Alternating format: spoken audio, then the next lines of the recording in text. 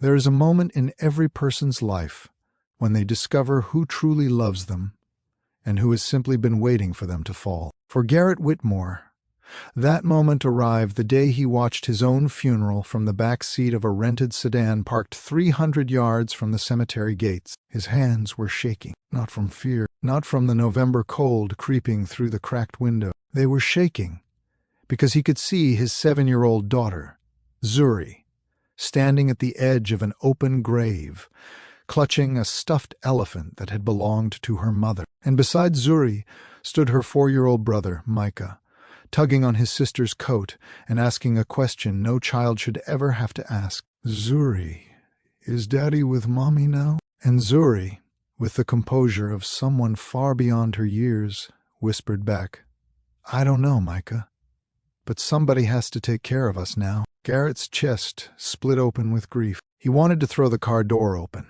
sprint across the grass, scoop both of his children into his arms, and promise them that their father was alive, that he was right here, that he would never leave them. But he could not yet, because this was the test, the one test money could not buy, status could not fake, and blood ties could not guarantee. He needed to know the truth. He needed to know what would happen to Zuri and Micah if he were truly gone. He needed to know which of his 3 siblings would step up, and which ones would step over his children to get to his fortune. And what he was about to discover over the next 90 days would shatter every assumption he had ever held about family, loyalty, and love. But before we get into the jaw-dropping events that unfolded, you need to understand how Garrett Whitmore became the kind of man who would fake his own death. And that story begins not with money, but with a woman named Imani. If this is your first time on this channel, go ahead and hit that subscribe button and tap the bell icon so you never miss a story like this one. Trust me, you are going to want to stay until the very end, because what Garrett discovers will leave you speechless. Let us go back to the beginning. Garrett Whitmore was not born into billions. He was born into a 4-bedroom house in Richmond, Virginia, the second of 4 children raised by a high school principal father and a church organist mother. The Whitmores were comfortable, not wealthy. They ate dinner together every night at 6:15, attended Grace Baptist Church every Sunday morning, and believed wholeheartedly that blood was thicker than anything the world could throw at you. Garrett's older brother, Colton, was the golden child. Quarterback in high school, law degree from the University of Virginia, and the kind of easy charisma that made everyone in the room feel like they were his best friend. Colton married young, had 2 children, and settled into a lucrative practice in Northern Virginia. Then there was Garrett, the quiet one, the reader, the thinker, the boy who spent Saturday mornings in the garage tinkering with circuit boards, while his brother threw spirals in the backyard. Garrett studied electrical engineering at Virginia Tech, and after graduation, he disappeared into the startup world of Northern California with nothing but a suitcase, a laptop, and a stubborn belief that he could build something that mattered. Below Garrett came the twins, Paige and Devin. Paige was sharp, ambitious, and fiercely competitive. She followed Colton into law but chose corporate litigation, where her ruthlessness could be celebrated rather than whispered about. Devin was the family's wild card, charming and unreliable in equal measure. Devin drifted through careers the way other people drifted through streaming playlists. He had been a personal trainer, a real estate agent, a cryptocurrency evangelist, and most recently, a self-proclaimed lifestyle consultant, which, as far as Garrett could tell, meant he posted motivational quotes on social media and asked family members for money. Garrett loved all 3 of his siblings, but even as a boy, he sensed something that he could never quite articulate. Colton performed love. Paige calculated love. Devin consumed love. And Garrett? Garrett simply gave it, quietly, without expecting anything in return. That quality is precisely what drew Imani Brooks to him on a rain-soaked Tuesday evening in San Francisco. Imani was 27 years old, a pediatric nurse practitioner who had moved to California from Atlanta after completing her graduate degree at Emory University. She was brilliant, beautiful, and utterly unimpressed by Silicon Valley's obsession with disruption. She had grown up in College Park, Georgia, the daughter of a postal worker father and a school cafeteria manager mother who had put 3 children through college on combined salaries that most tech founders spent on monthly office snacks. Imani did not care about valuations or venture capital. She cared about whether the children in her clinic had enough to eat. She cared about whether a single mother working 2 jobs could afford the asthma medication her son needed. She cared about people,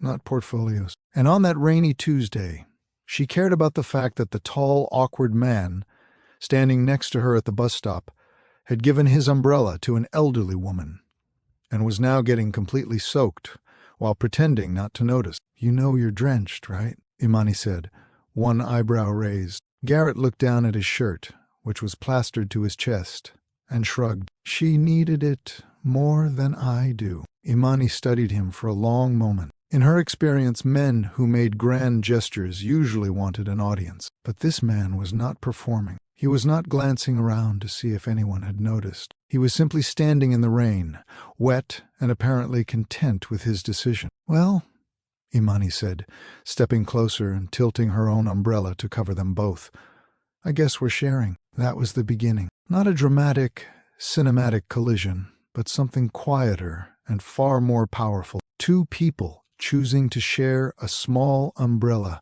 in a big storm. Over the next 6 months, Garrett fell in love the way engineers fall in love, methodically, completely, and with no safety net. He learned that Imani sang gospel music in the shower, that she could diagnose an ear infection by the way a toddler tilted their head, that she sent her mother flowers every single Friday, and that she cried during commercials about soldiers coming home to their families. And Imani learned that Garrett, the quiet engineer who stuttered when he was nervous and forgot to eat when he was deep in a problem, was building something extraordinary. His company, Whitmore Systems, was developing medical monitoring technology that could detect early-stage cardiac events in patients before symptoms appeared. He was not trying to build the next social media platform. He was trying to save lives. "You're going to change the world," Imani told him one night, her head on his chest, the city lights painting amber patterns on their ceiling. "I don't want to change the world," Garrett whispered. "I just want to make sure fewer kids lose their parents before they're ready." He had never told anyone about the afternoon he came home from school at age 12 and found his grandfather collapsed in the kitchen, a massive heart attack. If someone had caught the warning signs even 24 hours earlier, his grandfather might have lived another 20 years. That grief became his purpose. And Imani, who spent her days fighting for children's health, understood that purpose in her bones. They married on a Saturday in October, barefoot on a beach in Half Moon Bay, with 42 guests, a gospel choir of 3, and vows that they wrote on the back of napkins, because Imani said anything more formal would be lying. Their first year of marriage was a masterclass in what it looks like when 2 people build something together instead of building around each other. Garrett worked 18-hour days on Whitmore Systems, and Imani worked 12-hour shifts at the pediatric clinic, and somehow they still found time to cook dinner together at least 4 nights a week. They had a rule: no phones at the table, no screens. Just 2 people talking about their days, their dreams, and the ridiculous argument Imani had overheard between 2 nurses about whether a hot dog was a sandwich. Garrett told Imani about the breakthroughs and the setbacks, about the investor who laughed at his prototype, about the engineer who quit because she got a better offer from a tech giant, about the late nights when the code would not compile and the hardware would not cooperate, and he wondered if he was wasting his life chasing a technology that might never work. And Imani listened. She did not offer business advice. She did not pretend to understand the engineering. She simply listened, asked thoughtful questions, and then said the thing Garrett needed to hear most, which was usually some variation of, "You are not crazy. The world needs what you are building. Keep going." In return, Garrett became Imani's anchor during the cases that broke her heart. The toddler with the mysterious bruises whose mother would not make eye contact. The 5-year-old with asthma so severe she missed 40 days of school because her family could not afford the medication copay. The teenaged boy who came to the clinic with a broken wrist, and a story about falling down the stairs that Imani did not believe for a single second. Imani carried those children home with her, not physically, but emotionally. She would sit on the couch after a brutal shift, her eyes red, her voice hoarse, and Garrett would sit beside her and hold her hand and say nothing, because he understood that sometimes the most loving thing you can do for someone is simply be present in their pain without trying to fix it. They were not a perfect couple. They argued about laundry and grocery lists, and whose turn it was to call the plumber. Garrett had a habit of disappearing into his work for days at a time, and Imani had a habit of saying, "I'm fine," when she was very clearly not fine. But underneath the ordinary imperfections of their marriage was a bedrock of mutual respect so solid that nothing,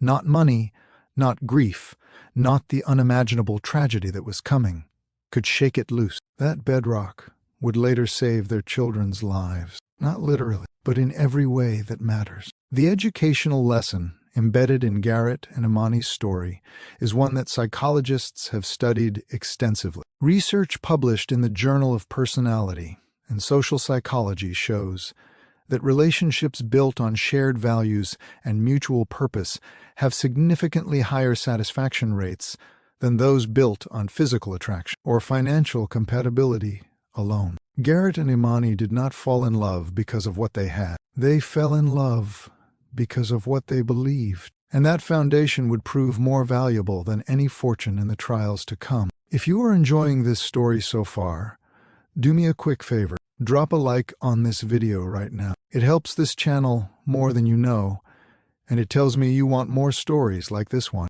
Now, let us continue, because things are about to get much more intense. Within 3 years of their wedding, 2 things happened that would define the trajectory of Garrett Whitmore's life forever. The first was the birth of their daughter, Zuri Imani Whitmore, who arrived at 7 pounds, 4 ounces on a Thursday morning with her mother's dark, luminous eyes and her father's habit of studying the world with quiet intensity. Garrett held his daughter for the first time and felt a tectonic shift inside his chest, as though every priority he had ever held suddenly rearranged itself around this tiny, breathing miracle.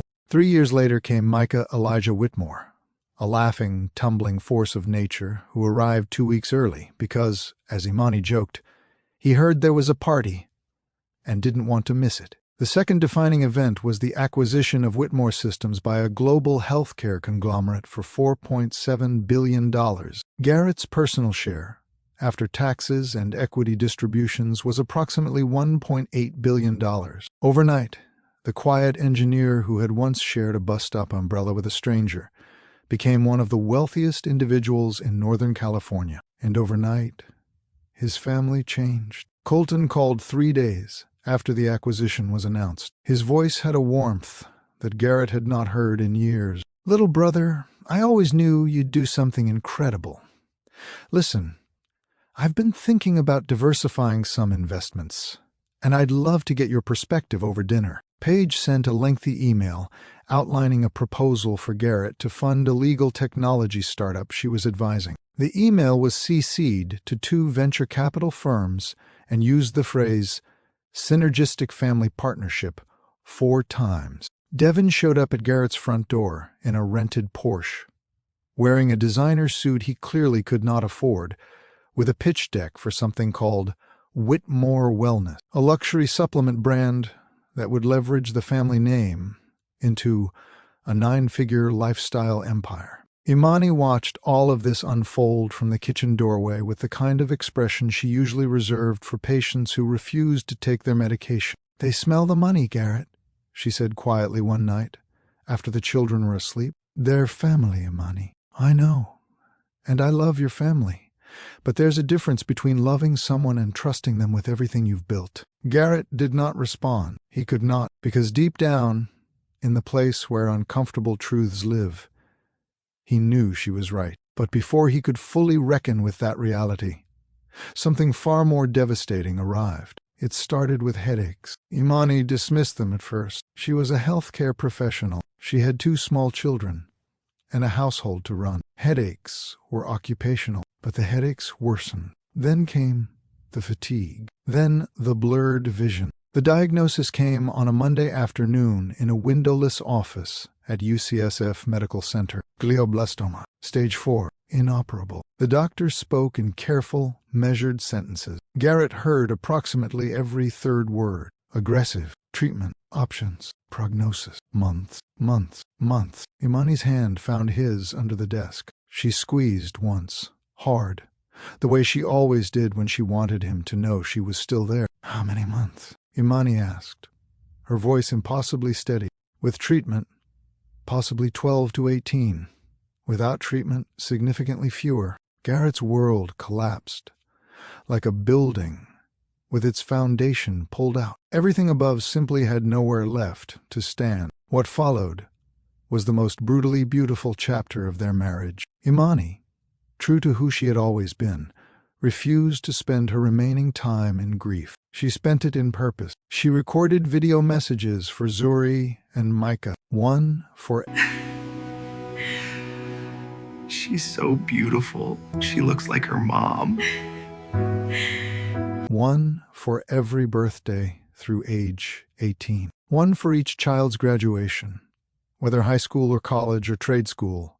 Because as Imani said, any path they choose is the right path. She recorded messages for their first heartbreaks, their first jobs, their wedding days. She filled journals with advice. She wrote letters. She cooked Garrett's favorite meals and taught Zuri how to braid hair and sat with Micah in the garden, naming every flower so he would remember that his mother loved beautiful things. And one night, 8 months into her fight, Imani sat Garrett down and said the words that would echo through every decision he would make for the rest of his life. Garrett, I am not afraid of dying. I'm afraid of what happens to our babies after I'm gone. Not financially.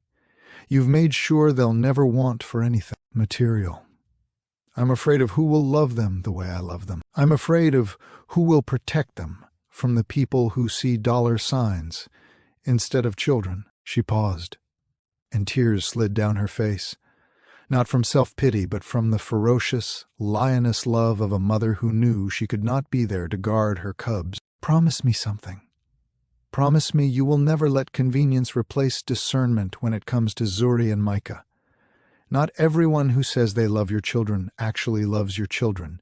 Some of them just love what your children represent. Figure out the difference before it's too late. Garrett promised. He held her, and he promised. Imani Brooks Whitmore passed away on a Sunday morning in March, with Garrett beside her, Zuri asleep on her left side, and Micah clutching her right hand. The house went quiet in a way that quiet should not exist. It was the kind of silence that has weight, that presses down on your shoulders and reminds you with every breath that someone who used to breathe beside you no longer does. The grief nearly destroyed Garrett. For weeks, he functioned on autopilot. He fed the children, bathed them, read to them, and then sat in the dark after they fell asleep and stared at nothing. His siblings called. Colton offered practical advice about estate planning. Paige suggested a nanny service that several of her wealthy clients used. Devin sent a text message that read,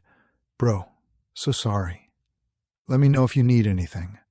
Also, did you get a chance to look at the Whitmore wellness deck?" Garrett stared at that text for a full minute before putting his phone face down on the counter. Here's an important educational note about grief and family dynamics. According to research from the American Psychological Association, the death of a spouse is consistently ranked as the single most stressful life event a person can experience. What is less discussed is how grief reveals the true architecture of family relationships. When a crisis strips away social norms and polite pretenses, what remains is the raw infrastructure of how people actually relate to one another. Grief does not change people. Grief reveals them. And Garrett was about to create a scenario that would reveal his siblings completely. Now I know what you are thinking. What could possibly make a grieving billionaire fake his own death? What could be so urgent, so important, that he would put himself and his children through that kind of ordeal? Stay with me,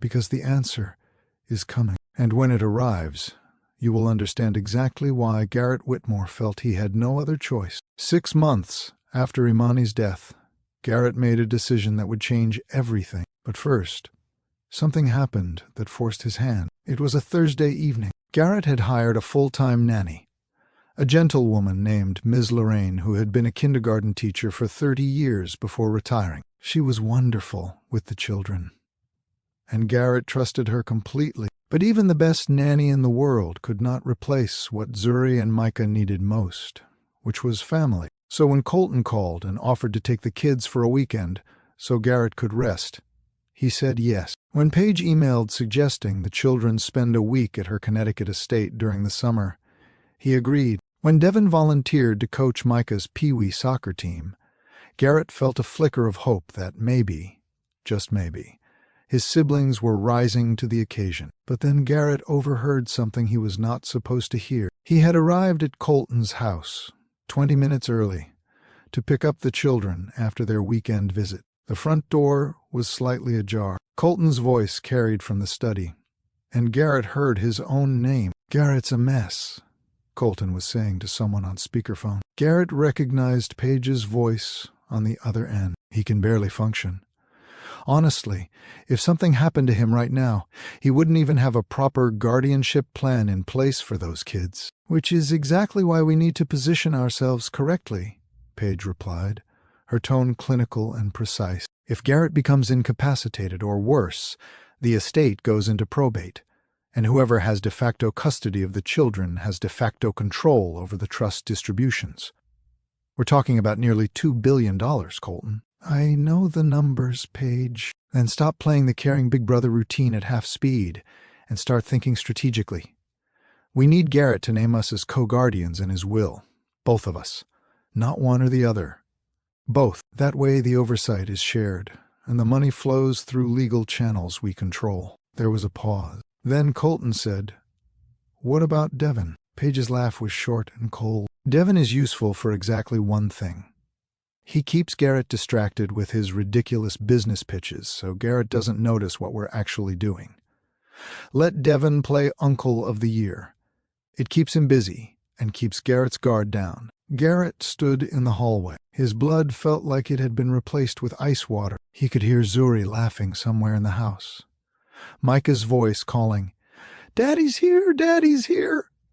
And all he could think was the last thing Imani ever said to him. Not everyone who says they love your children actually loves your children. He picked up his kids, drove home, and did not sleep for 3 days. On the 4th day, he called the one person he trusted more than anyone alive. His name was Leonard Price, and he had been Garrett's attorney for 12 years. Leonard was 63 years old, a former federal prosecutor turned private counsel who had exactly zero tolerance for nonsense and a bulldog's commitment to his clients. "I need to know the truth about my siblings," Garrett said. "Not what they show me.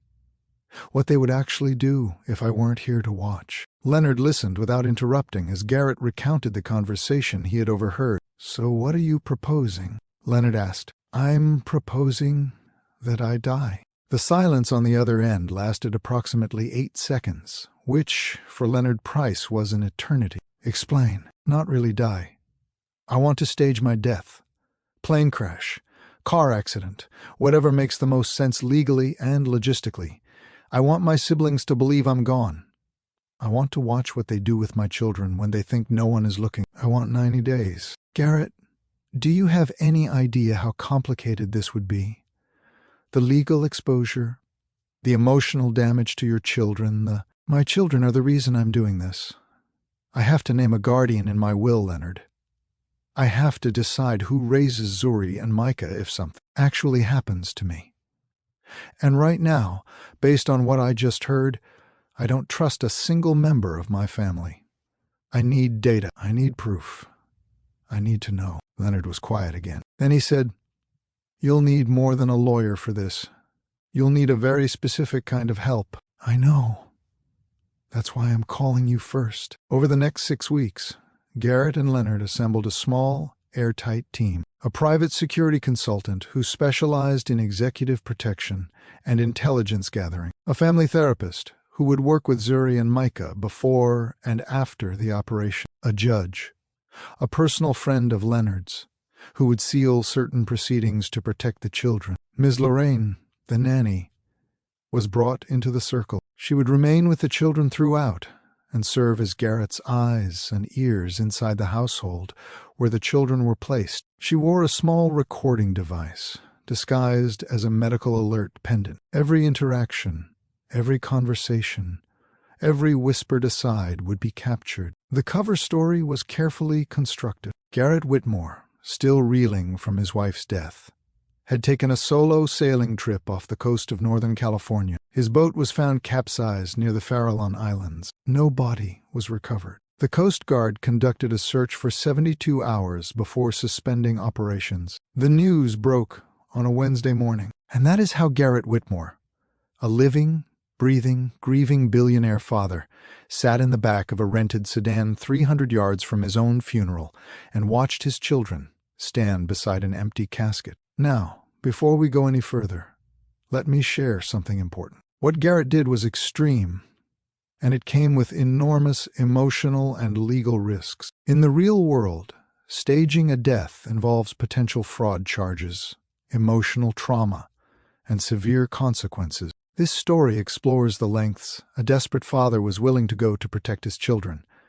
But it is crucial to understand that trust and communication are always the healthiest first options in family disputes. If you suspect someone has harmful intentions toward your children, consult a family attorney and document your concerns through proper legal channels. Now let us get to what happened during those 90 days. And I promise you, what Garrett witnessed through those hidden cameras and recorded conversations will make your jaw drop. If you are still here, comment the word loyal below. I want to see how many truly dedicated viewers we have. And trust me, you do not want to leave now, because the biggest betrayal is still ahead. The first 72 hours after Garrett's death unfolded exactly the way Leonard predicted. Colton assumed control immediately. He called an emergency family meeting at his home in Northern Virginia and declared, without any legal basis, that he would serve as temporary guardian of Zuri and Micah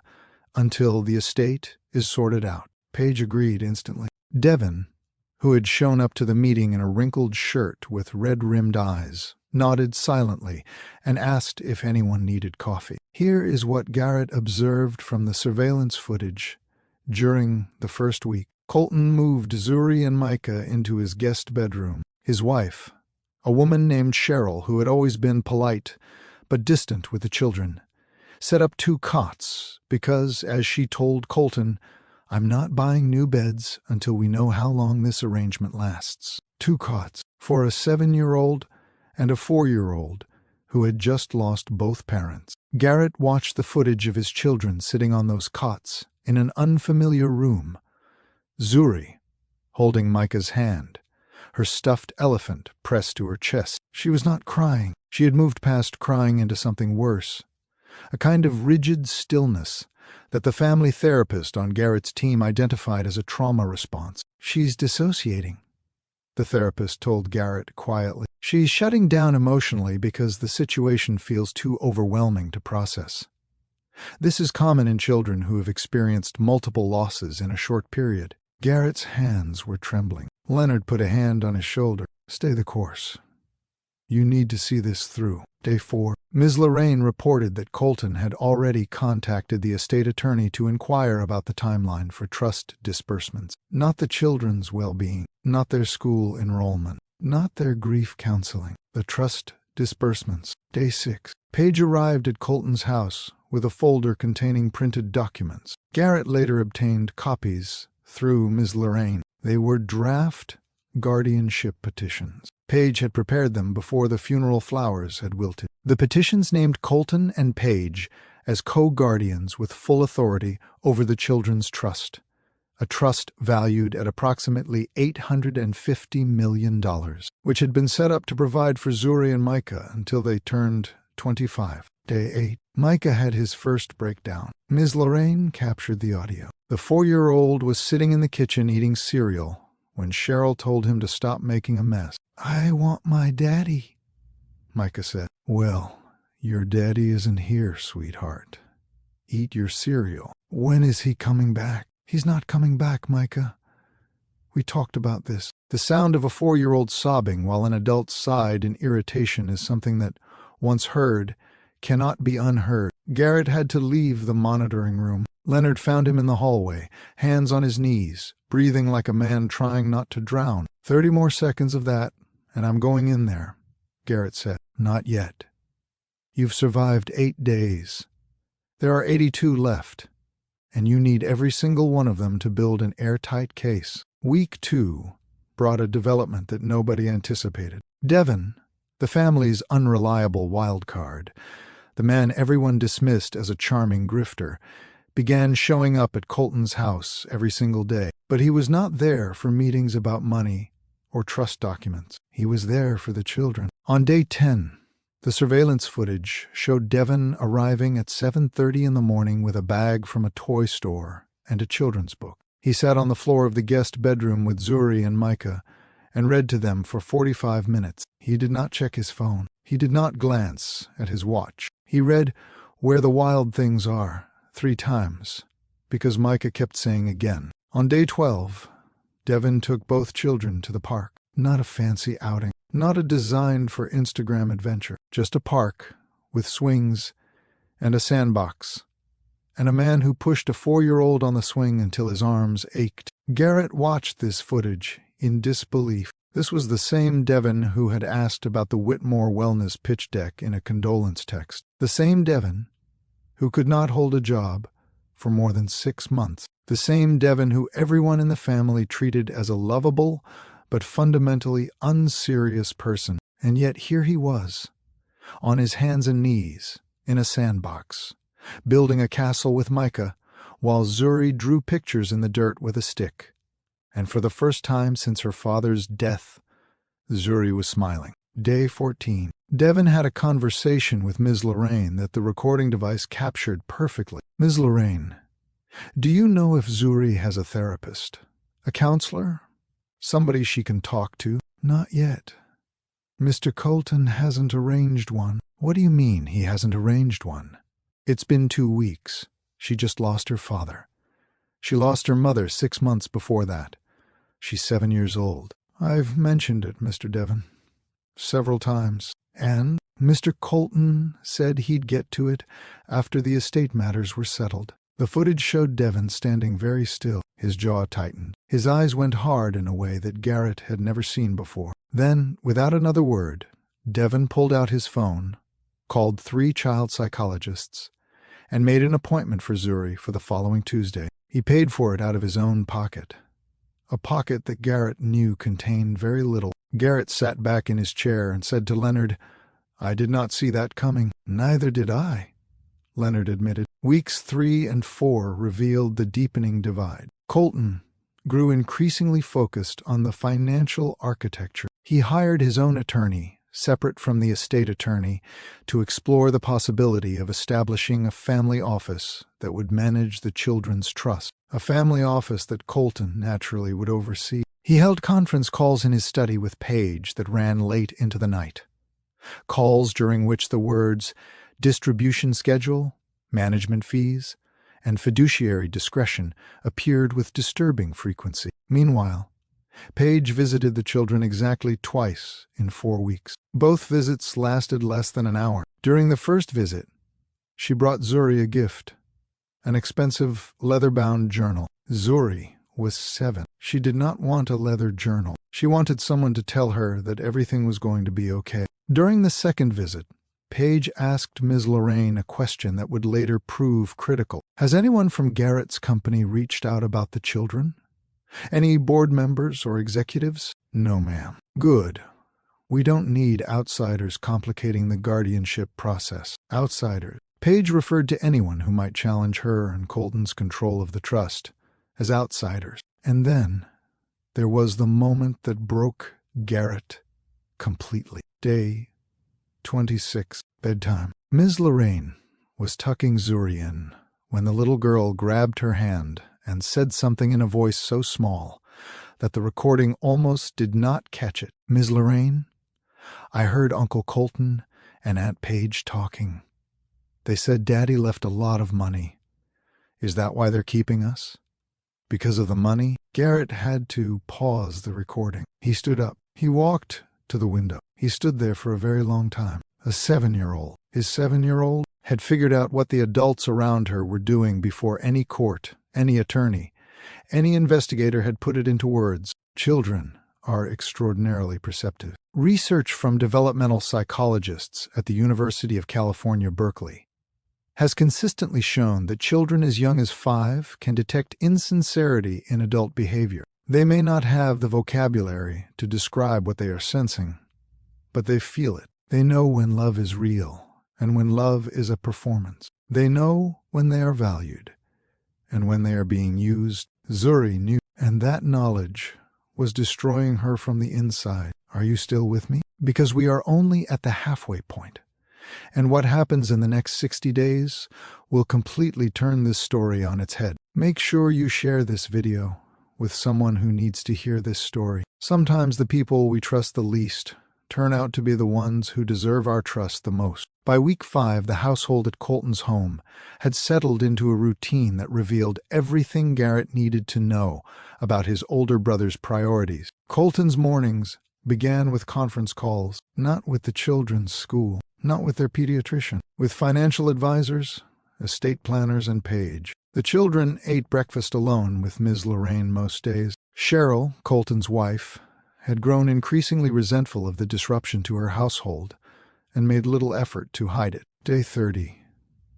Cheryl told Colton, within earshot of the recording device, that she wanted a timeline for when these children go somewhere else. These children, not Zuri and Micah, not our niece and nephew. These children. Colton reassured her that it was temporary, that once the guardianship was formalized and the trust structure was in place, they could hire full-time staff to handle the day-to-day parenting. Hire staff to handle parenting, as if raising 2 grieving children was a logistics problem to be outsourced. Meanwhile, Devon's daily visits continued with a consistency that stunned everyone on Garrett's monitoring team. Day 33. Devon brought Zuri a set of watercolor paints because she had mentioned that she used to paint with her mother. He sat with her at the kitchen table for 2 hours, painting beside her, not instructing, not correcting, just painting. When Zuri painted a picture of a woman with dark hair standing next to a man with light hair and 2 small children,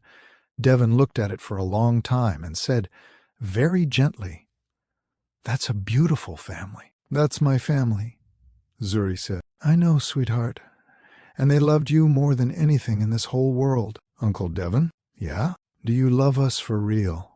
Or do you love us because of the money?" The question landed like a grenade in a church. Devon physically flinched. Then he set down his paintbrush, turned to face Zuri fully, and said, "Zuri, listen to me very carefully.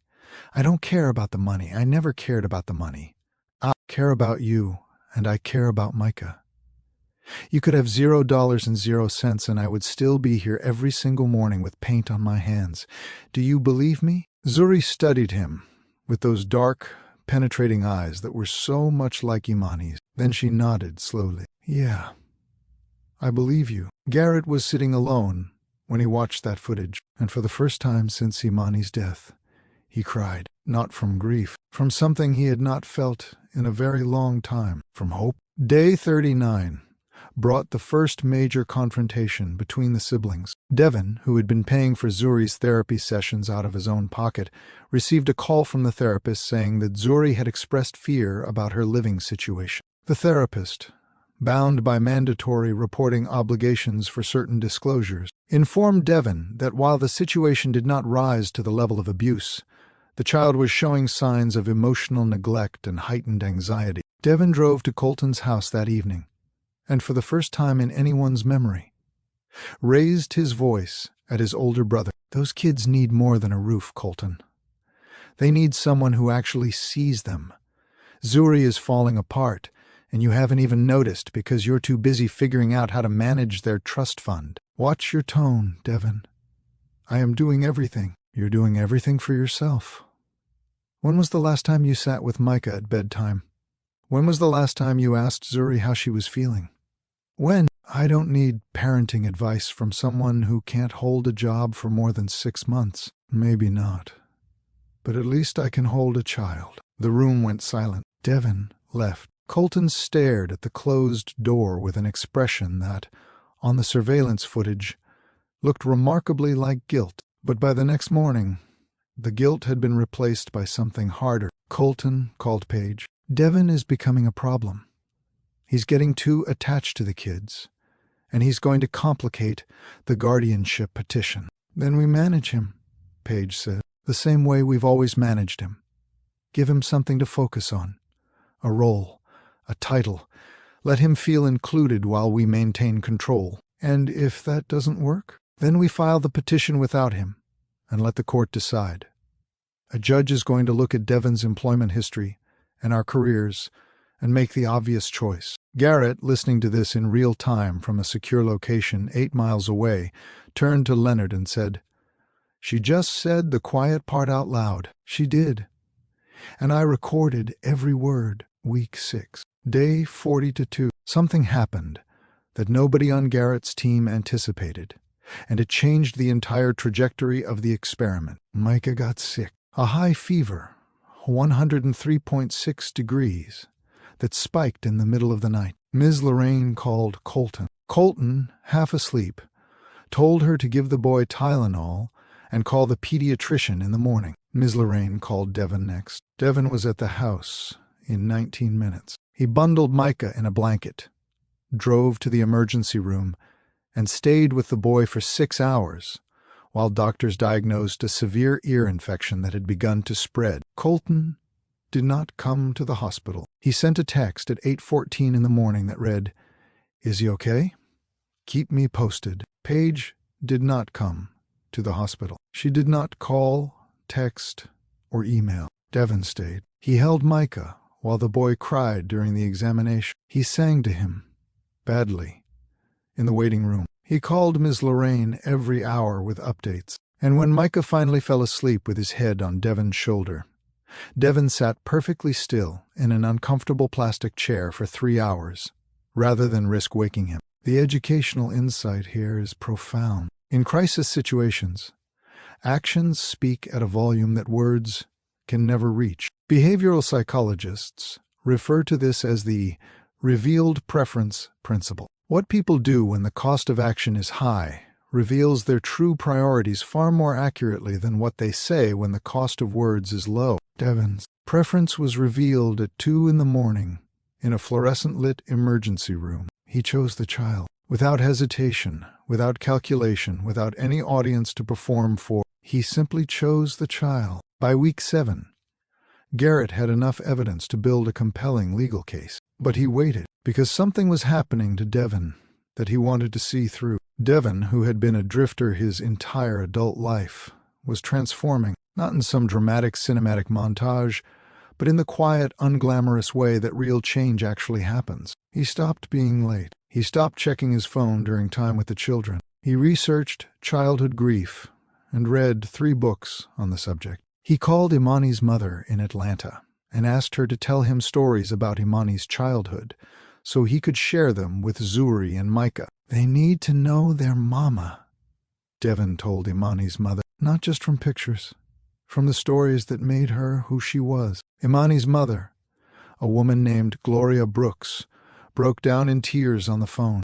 "You're the first person in that family who's asked me about my daughter since the funeral," she said. Devin paused. "That's going to change, Miss Gloria.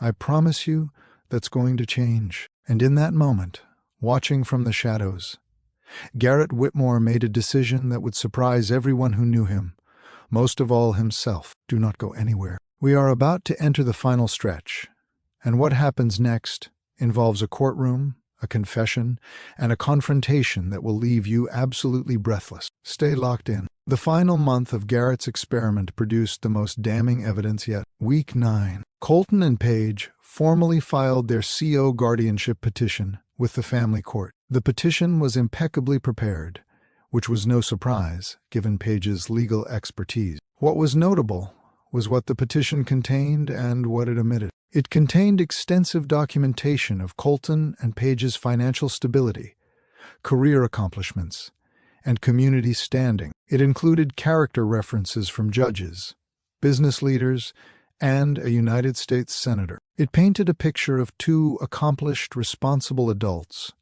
who were perfectly positioned to raise their late brother's children. What it omitted was any mention of the children's emotional state. There was no reference to therapy, no reference to Zuri's anxiety or Micah's nightmares, no reference to Devon's daily involvement or Ms. Lorraine's indispensable presence. The petition treated Zuri and Micah as assets to be managed, not children to be loved. Day 60-1. Garrett obtained a copy of a private email exchange between Colton and an investment banker. In the email, Colton inquired about the possibility of restructuring the children's trust to allow for operational disbursements that would fund the proposed family office. The annual management fee Colton was proposing for himself was 4% of assets under management. Leonard did the math. 4% of $850 million is $34 million per year. He's proposing to pay himself $34 million annually to manage his orphaned niece and nephew's inheritance. Garrett said nothing for a very long time. Day 65. Paige made her most revealing move yet. She contacted a prestigious boarding school in Switzerland and requested enrollment information for the following academic year. The school accepted students beginning at age 8. Zuri would turn 8 in 4 months. Paige was planning to send Zuri to a boarding school in another country to remove a grieving 8-year-old from every familiar person, place, and thing she had ever known and ship her across the Atlantic to an institution. Not because it was best for Zuri, because it was convenient for Paige. The surveillance footage from that evening showed Paige on the phone with Colton. Swiss boarding schools produce exceptional adults, Colton. And frankly, having the children in a structured environment overseas simplifies the trust management significantly. Fewer day-to-day expenses on our end, and the educational optics are excellent for the court. What about Micah? Micah can stay with a nanny until he's old enough. There are excellent preparatory schools in Connecticut that take children at 6. She was dismantling a family. She was taking 2 children who had already lost both parents and scattering them across continents as though they were chess pieces being repositioned for strategic advantage. Day 70. Devon did something that would become the turning point of the entire story. He filed his own guardianship petition. Nobody expected it. Colton laughed when he heard. Paige called it pathetic. Even Leonard raised an eyebrow when he reviewed the filing. Devon's petition was not polished. It was not backed by senators or judges. It was handwritten in parts because Devon could not afford a family attorney and had drafted portions of it himself using online legal resources. It contained grammatical errors and formatting inconsistencies, but it also contained something that Colton and Paige's petition did not. It contained the children. Devon had included statements from Zuri's therapist attesting to the progress she had made during their sessions that Devon had arranged and paid for. He had included a letter from Micah's preschool teacher, noting that Micah's behavior had improved markedly on days when his uncle Devon dropped him off. He had included a simple, handwritten letter of his own that read, "To the Honorable Court, my name is Devon Ray Whitmore. I am 31 years old. I do not have a prestigious career. I do not have significant financial resources. I have not always been the most responsible member of my family, and I will not pretend otherwise. But I love these children. I have been with them every day since their father's passing. I know that Zuri likes her toast with strawberry jam, not grape. I know that Micah cannot sleep without his blue blanket and a nightlight shaped like a rocket ship. I know that Zuri talks to her mother before bed every night, and that Micah still sets a place at the table for his father. I know these children, and I am asking this court to give me the chance to raise them, not because I am the most qualified person on paper, but because I am the person who shows up. Every single day, I show up." Garrett read that letter 7 times. Then he picked up the phone and called Leonard. "It's time.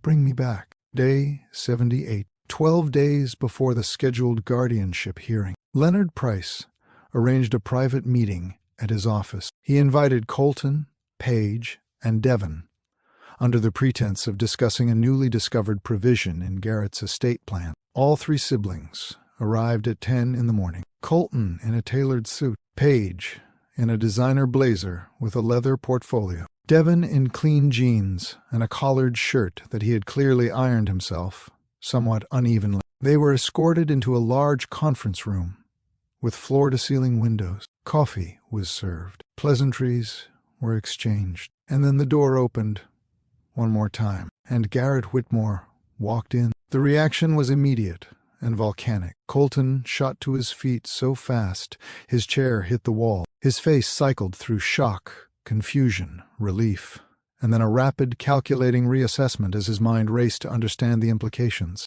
Paige did not move. She simply stared, her legal mind already 3 steps ahead, already understanding that if Garrett was alive, then everything she and Colton had built over the past 78 days was exposed. And Devin dropped his coffee. The mug shattered on the hardwood floor, brown liquid spreading in every direction, and he whispered, "Oh my God!"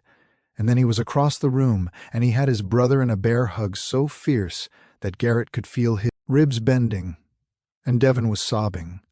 Not polite tears, not dignified weeping, but the raw, shuddering sobs of a man who had genuinely believed his brother was dead and had been carrying that grief for almost 3 months. "You're alive.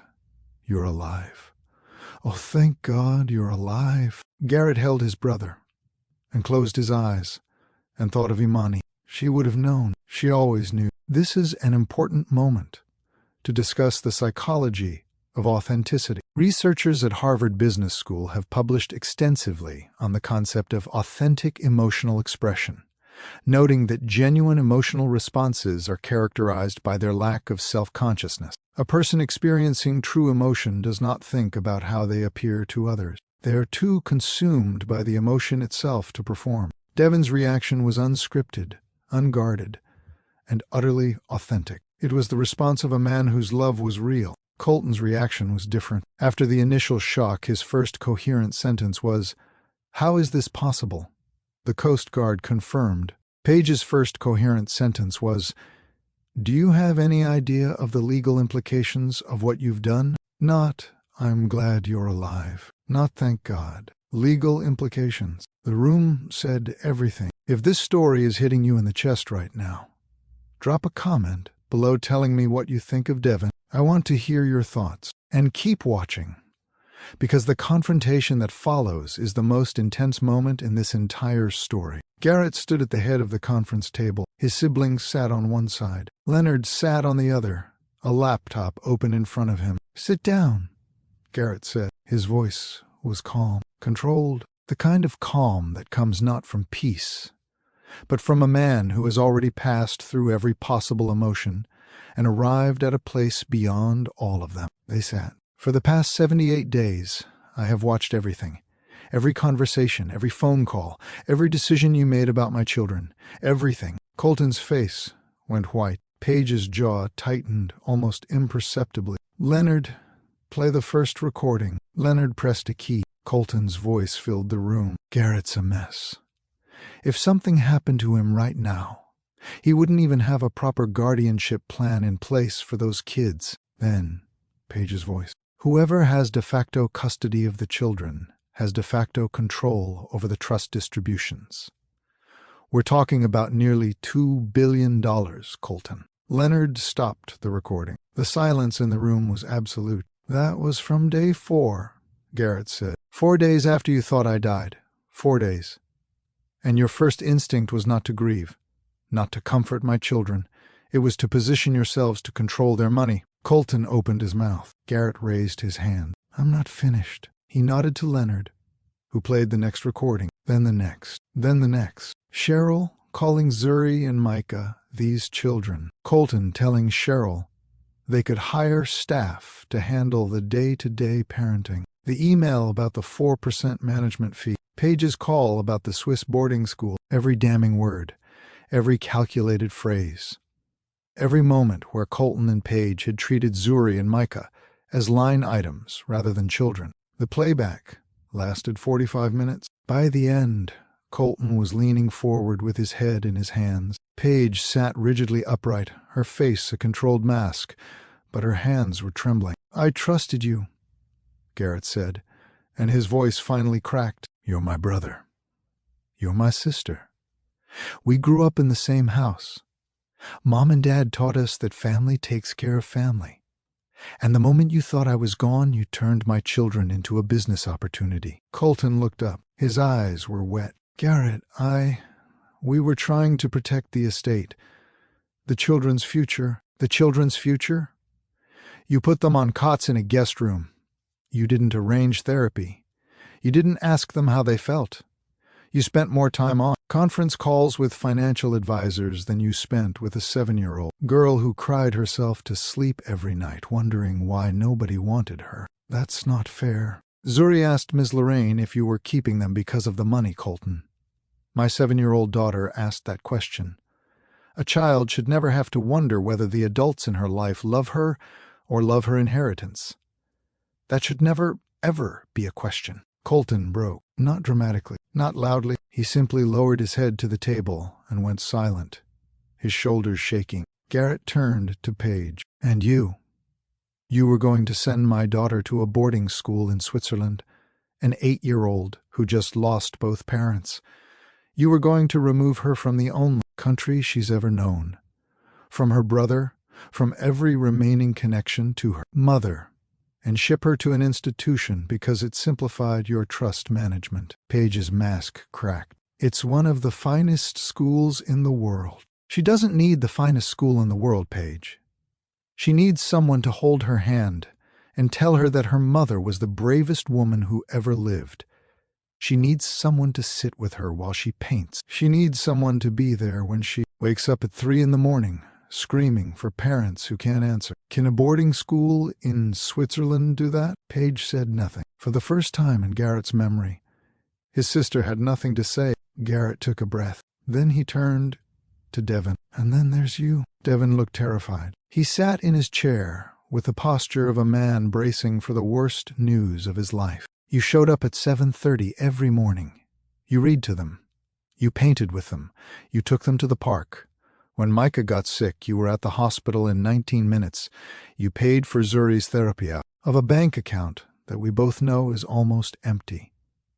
You called their grandmother to learn their mother's stories. You filed a guardianship petition in your own handwriting because you couldn't afford a lawyer." Devon's eyes were filling. "You did all of that not for money, not for control, not for appearances. You did it because you love my children, and they love you." Garrett reached into his jacket pocket and pulled out a single sheet of paper. He placed it on the table in front of Devon. "This is my updated will, effective immediately. In the event of my death or incapacitation, full legal guardianship of Zuri Imani Whitmore and Micah Elijah Whitmore is granted to Devon Ray Whitmore. Full access to the children's educational and living trust. Full authority over all matters pertaining to their care, health, and upbringing." Devon stared at the paper. His hand came up to cover his mouth. He could not speak. "You are the one, Devon. You were always the one. We just couldn't see it because we were looking at the wrong metrics." Devon broke down completely. He pushed back from the table and stood, and Garrett caught him, and the two brothers held each other in the middle of a conference room, while the debris of a broken family lay scattered around them. Colton watched from his seat. After a long silence, he said, "I'm sorry, Garrett. I'm so sorry." Garrett looked at his brother. "I know you are, and I believe you are. But sorry doesn't undo what my children experienced. Sorry doesn't erase the fact that Zuri had to develop the emotional intelligence of an adult just to survive in your house. You are going to have to earn back their trust, Colton, and mine. It will take time. It will take real change, and it starts with acknowledging what you did. Not what you intended, but what you actually did." Colton nodded slowly. Garrett turned to Paige. "The same applies to you. If you want a relationship with my children, it will be on their terms, not yours. And Paige, I say this with love because you are my sister and I do love you.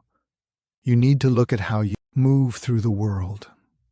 You are brilliant and capable and powerful, and you have used every one of those gifts in the service of control rather than connection. That is a lonely way to live.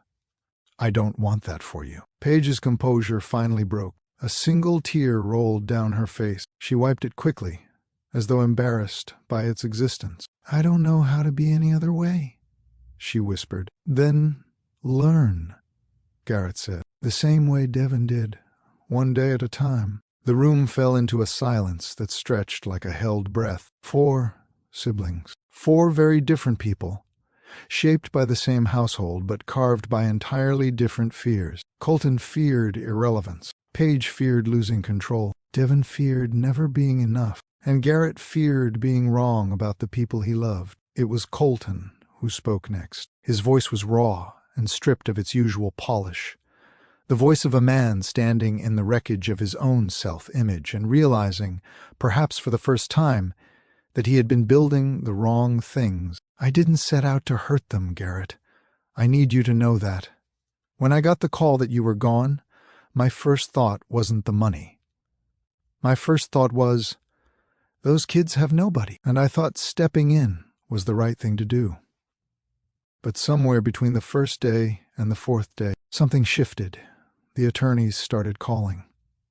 The financial advisors started calling, and I got pulled into a current that I told myself was responsible stewardship, but was really just control. I wanted to manage the situation, because managing situations is the only thing I know how to do. Garrett listened. He did not interrupt. He owed his brother that much. And the worst part, Colton continued, his voice breaking, is that I looked at Devon doing everything right and I told myself he was doing it wrong. Because it didn't look professional, because it didn't look organized. Because it didn't look like what I thought caring for children was supposed to look like. I was so busy building a structure that I forgot to build a home. That sentence landed in the room like a stone thrown into still water. It rippled outward and touched every person at the table. Paige finally spoke, not with her usual precision, but with something closer to confusion, as though she were encountering a version of herself she had never met before. I have spent my entire career winning arguments. I win in boardrooms and courtrooms and conference calls. I win against opposing counsel and reluctant juries and hostile witnesses, but I couldn't win the trust of a 7-year-old girl. And the reason I couldn't win it is because trust isn't something you win, it's something you earn. And I have no idea how to earn things. I only know how to take them. The confession hung in the air. It was perhaps the most honest thing Paige had ever said. The psychological principle at work in this moment is known as corrective emotional experience, a concept first described by the psychologist Franz Alexander. It occurs when a person's deeply held beliefs about relationships are challenged by a new experience that contradicts those beliefs. Colton believed that financial competence equaled love. Paige believed that control equaled safety. Both beliefs were challenged in that conference room, not by argument, but by evidence. The evidence of their own actions contrasted against the evidence of Devon's, and in that contrast, truth became unavoidable. That afternoon, Garrett drove to Colton's house one final time, but this time, he walked through the front door. Zuri was in the living room, drawing. Ms. Lorraine had prepared her gently that morning,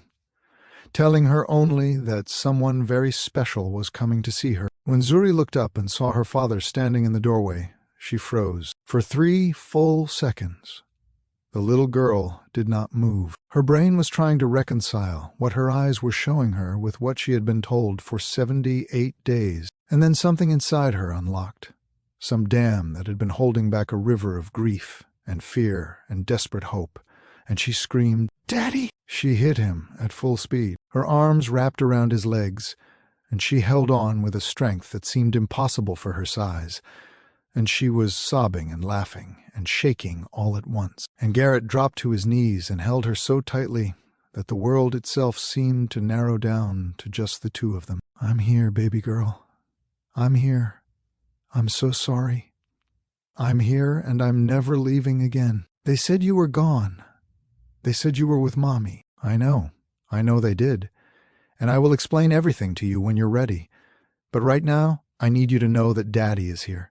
Daddy is alive, and nobody is ever going to separate us again." Micah came running from the kitchen, syrup on his face, his blue blanket trailing behind him like a cape, and when he saw Garrett, his little face crumpled with a joy so pure and overwhelming that it seemed to contain every emotion a human being could feel compressed into the body of a 4-year-old. "Daddy! Daddy! Daddy! I knew it.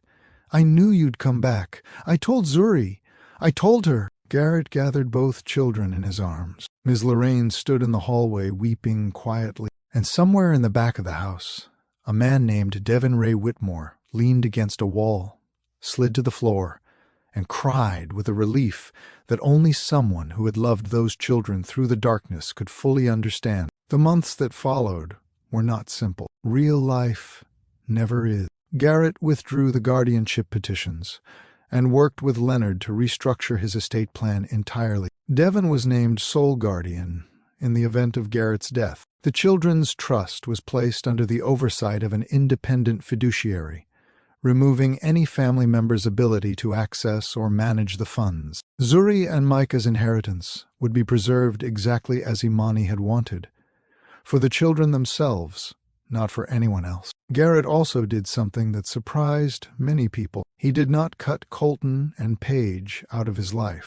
He set boundaries. Firm, clear, non-negotiable boundaries. Colton and Paige were welcome in the children's lives, but only under conditions that prioritized Zuri and Micah's emotional well-being. Family therapy was required. Genuine engagement, not performance, was required. And any discussion of money, trusts, or the estate was permanently banned from any interaction involving the children. It was not easy. Colton struggled with being held accountable for the first time in his life. Paige struggled with relinquishing control. There were awkward dinners and stilted conversations, and moments when old patterns threatened to reassert themselves. But slowly, imperfectly, painfully, the family began to heal. Not because the damage was erased, but because the people involved chose to do the difficult work of repair. The first real breakthrough came 3 months after Garrett's return. Colton asked if he could take Zuri and Micah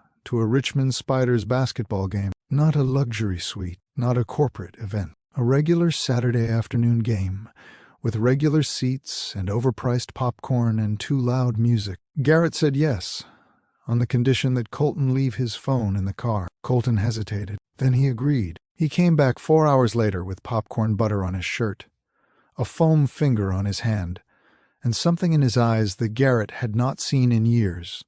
The look of a man who had genuinely enjoyed spending time with 2 small children without any... I thought you were dead, brother.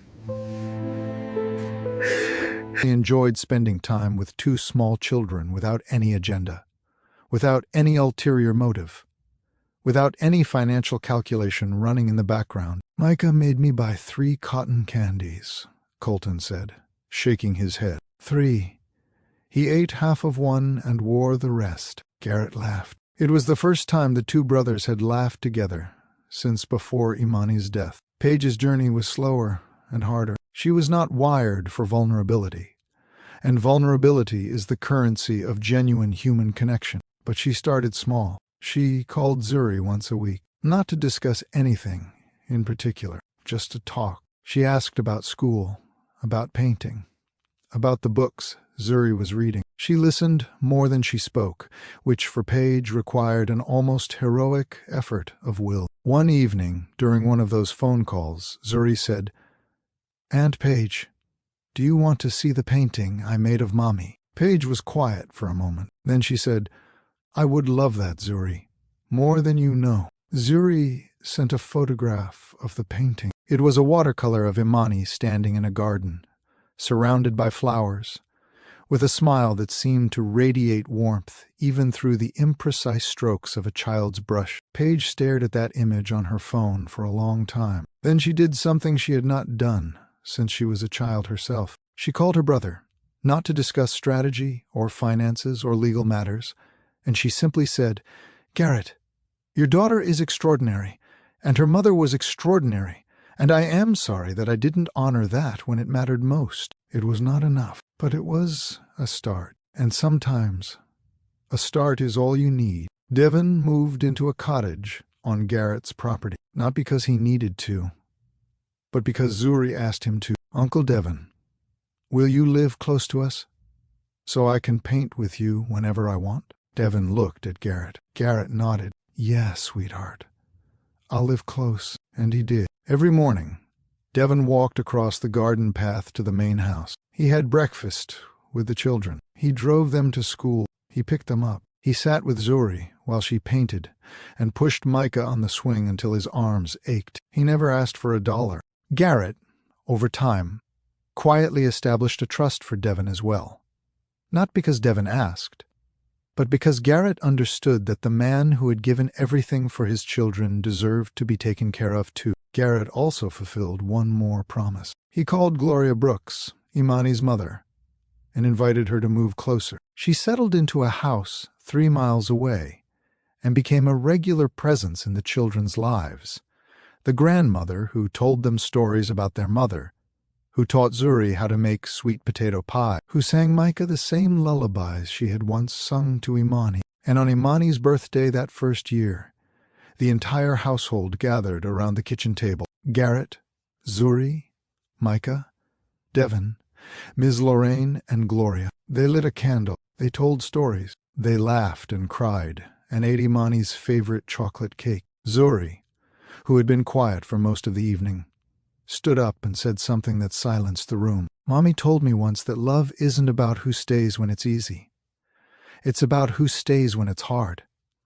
Uncle Devon stayed when it was hard, and that's how I know Mommy would have picked him too." Devon put his head down on the table and wept. And Garrett, sitting at the head of the table where his wife should have been, looked at his daughter and saw Imani looking back at him. The same fierce, perceptive, impossibly wise eyes, the same ability to cut through noise and find truth. His children were going to be okay, not because he had billions of dollars, not because he had power or status or connections, but because he had done the hardest thing a parent can do. He had tested his own assumptions, confronted painful truths, and made the most important decision of his life based not on who looked best on paper, but on who showed up when it mattered. Let this story remind us all of something that we too easily forget. Love is not a word. Love is not a performance. Love is not a legal document, or a financial arrangement, or a seat at a Thanksgiving table. Love is the person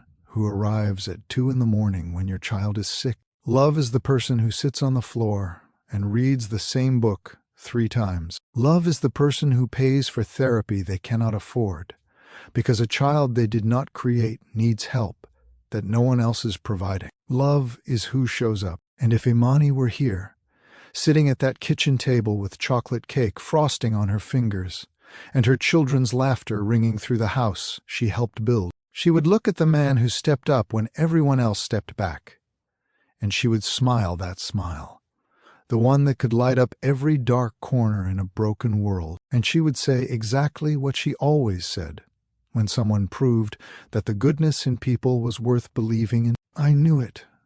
I always knew," because that is what Imani did. She saw people for who they truly were, not for who they pretended to be. She saw past the resumes and the bank accounts and the polished surfaces, and she looked straight into the infrastructure of a person's heart. She saw Garrett before the billions, when he was just a wet man at a bus stop who had given away his umbrella. She saw the father he would become before he even imagined becoming one. And if she had been alive during those 90 days, she would have seen what Garrett eventually saw, that the person everyone overlooked was the person who mattered most. There is a saying that goes, "When someone shows you who they are, believe them the first time." But this story teaches us something even more important. Sometimes the people who have shown us the least are the ones who have the most to give. Sometimes the person you have underestimated your entire life is the person who will carry your children through the darkest chapter of theirs. Sometimes the one who looks least qualified on paper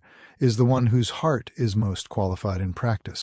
Garrett Whitmore faked his death to find the truth, and the truth he found was this: love has nothing to do with capability and everything to do with capacity. The capacity to show up, the capacity to care without conditions, the capacity to put a child's needs above your own comfort, your own ambition, and your own fear. Garrett Whitmore had that capacity, and because of it, 2 children who had lost everything found someone who gave them everything they needed. Not money, not status, not a trust fund, or a boarding school, or a family office. Just love. Real, imperfect, paint-stained, emergency room at 2 in the morning love. And that, friends, is the most valuable thing in the entire world. If this story moved you, if it made you think about the people in your own life who truly show up, please share this video. Send it to someone who needs to hear it. And if you haven't already, subscribe to this channel. We tell stories like this every single week. Stories about love, betrayal, family, and the extraordinary things that happen when people reveal who they really are. Thank you for watching. Thank you for staying until the end. And remember, always pay attention to the person who shows up when there is nothing in it for them. That is the person who loves you for real. I will see you in the next one.